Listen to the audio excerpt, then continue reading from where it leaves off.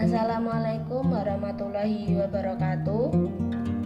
Pada kesempatan kali ini kami akan membahas materi mengenai intisari air dan metabolisme yang meliputi berbagai siklus, anabolisme, serta katabolisme. Pada mata kuliah biokimia perairan di program studi manajemen sumber daya perairan Fakultas Pertanian Universitas Trunojoyo Madura.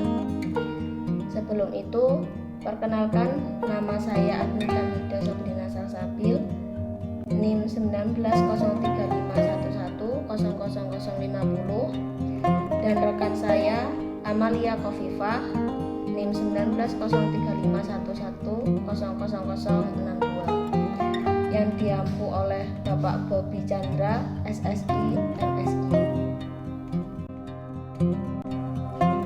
Pengertian air. Air adalah salah satu faktor penting di dalam kehidupan atau komponen kimia utama pada organisme yang hidup. Air juga suatu zat yang merupakan bahan pelarut.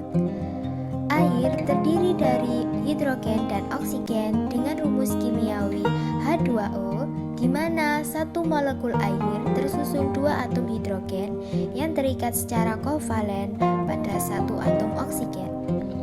Air sendiri dapat berwujud padat, cair, maupun gas. Oke, selanjutnya yaitu peran air bagi tubuh. Sebenarnya apa aja sih peran air bagi tubuh? Yuk simak. Yang pertama, sebagai senyawa yang diproduksi dalam tubuh dan terlarut dalam air berisi gugus kimia seperti asam basa, pelepasan dan penerimaan ion hidrogen. 2. Sebagai proses pergerakan atau transport dari cairan tubuh. 3. Sebagai daya aktif dari tubuh seperti memompa jantung. 4. Sebagai zat terlarut penting yang mana ditransport secara aktif melewati membran sel meliputi natrium, kalium, hidrogen, glukosa, dan asam amino. Dan yang kelima, sebagai proses filtrasi, penyaringan di dalam tubuh.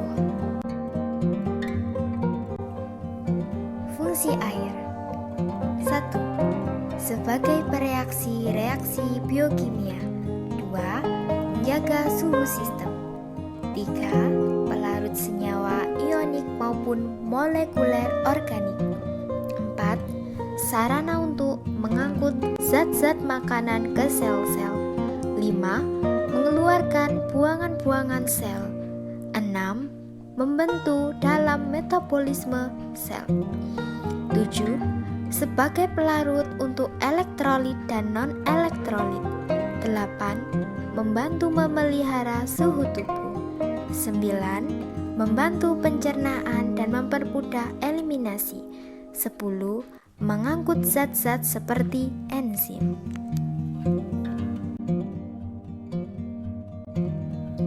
Pengertian metabolisme. Metabolisme merupakan proses kimia yang terjadi pada makhluk hidup, mulai dari organisme tingkat rendah seperti bakteri, jamur, protozoa, tumbuhan, hewan, dan lain-lain, sampai organisme tingkat tinggi yaitu manusia. Reaksi metabolisme dibantu oleh enzim sebagai katalisator. Jadi, enzim berperan penting dalam mempercepat proses reaksi metabolisme. Metabolisme juga memiliki dua proses, yaitu anabolisme dan katabolisme. Selanjutnya, pada bagian ini terlihat bahwa metabolisme terdiri dari anabolisme dan katabolisme. Anabolisme ini merupakan proses yang memerlukan energi, sedangkan katabolisme proses yang melepaskan energi atau menghasilkan energi. Proses anabolisme yang menggunakan energi cahaya matahari disebut fotosintesis, sedangkan yang memerlukan energi disebut kemosintesis. Katabolisme sendiri contohnya yaitu respirasi. Nah, respirasi ini memerlukan beberapa proses seperti glikolisis, daur Krebs, dan transport elektron. Respirasi juga dibagi menjadi dua, yaitu respirasi aerob dan respirasi anaerob atau fermentasi. Kemudian proses anabolisme dan katabolisme. Dilihat dari gambar berikut, anabolisme merupakan suatu proses pembentukan atau penyusunan senyawa sederhana menjadi molekul kompleks. Karena terjadi proses pembentukan dan penyusunan, maka anabolisme memerlukan energi dari luar sehingga disebut endergonik. Sedangkan katabolisme sendiri merupakan proses perombakan dari molekul kompleks menjadi molekul yang lebih sederhana. Dari proses perombakan tersebut, katabolisme menghasilkan energi atau mengeluarkan energi sehingga disebut eksergonik.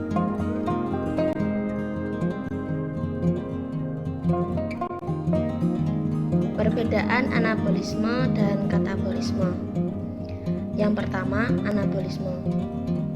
Anabolisme biasanya terjadi pada makhluk hidup autotrof atau yang menghasilkan makanan sendiri, seperti tumbuhan yang melakukan proses fotosintesis.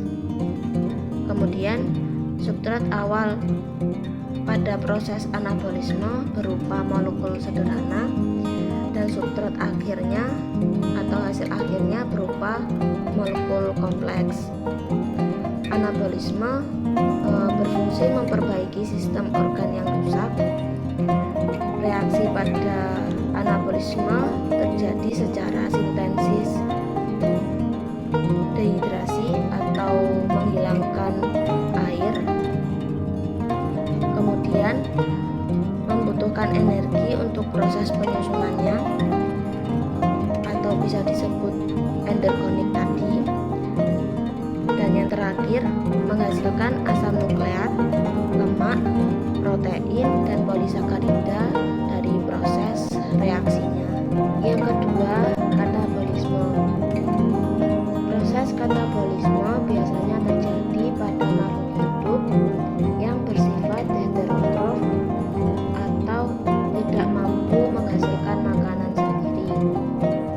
Contohnya pada hewan dan manusia. Substrat awal pada proses katabolisme berupa senyawa kompleks dan substrat akhirnya berupa senyawa sederhana. Pada proses katabolisme berfungsi untuk menjalankan fungsi-fungsi organ. Reaksi pada proses katabolisme ini terjadi secara hidrolisis. Kemudian proses reaksi dari katabolisme juga menghasilkan energi dan zat-zat baru yang kemudian